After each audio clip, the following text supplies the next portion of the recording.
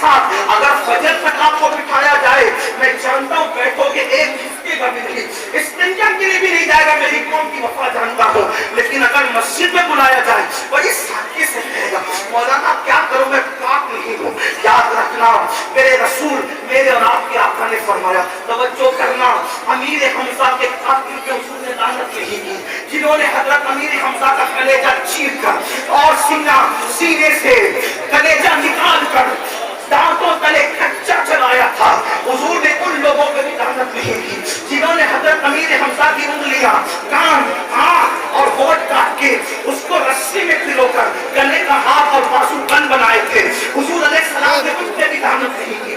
کس پہ لعنت کی؟ بے نمازی پہ۔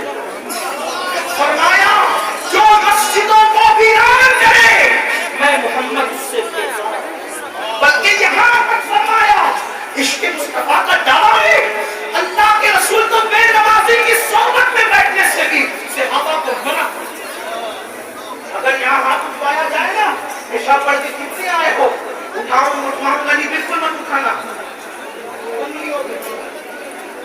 انگلیوں پہ گنو۔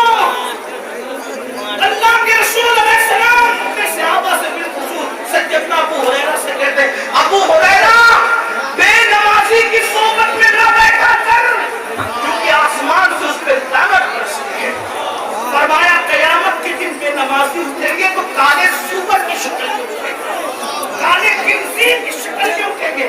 نماز کو کیا سمجھ رکھا ہے؟ اعلیٰ حضرت کی مسلط کا نعرہ لگانے والوں، فتاوی رضویہ میں اعلیٰ حضرت صحابہ کی خدمت کو کرتے ہوئے لکھتے ہیں، درجنوں صحابہ بے نمازی پر کفر کا فتویٰ دیتے ہیں۔ آپ کو یہ تو بڑی بڑی ہے کہ کفیر اکبر پر کس کا فتویٰ ہے، آپ کو یہ تو بڑی بڑی ہے علی فیضی پر کس کا فتویٰ ہے، آپ کو یہ تو بڑی بڑی ہے کہ محسن رضا صاحب پہ کس کا فتویٰ ہے۔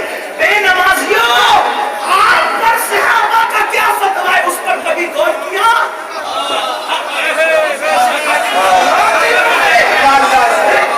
علماء کے فتوے توڑ رہے ہو، صحابہ کے فتوے دیے، حالانکہ حنفی ہونے کی وجہ سے میں بے نمازی کو ڈائریکٹ نہیں کہتا، پابند ہوں اپنے، لیکن صحابہ کا فتویٰ ہے۔ بلکہ آپ فتاوی رضویہ کی ابتدائی جلدیں اٹھا کے دیکھیں، اس پہ امام نے مسند کا نقل کرتے ہیں۔ شواف علماء کا مسلک یہ ہے کہ جب بے نمازی مر جائے تو اس کی قبر نہیں بنے بلکہ اس کی مٹی برابر کرے، تاکہ لوگوں کو دیکھو تو اس کی ذلت ہے، یعنی اس کی قبر پر نشان بھی نہ رہنے پائے۔ یہ اعلیٰ حضرت کے والد کو ان کے استاد بھی ہے، میں اعلیٰ حضرت کے والد کو پڑھ کے اس نتیجے میں پہنچا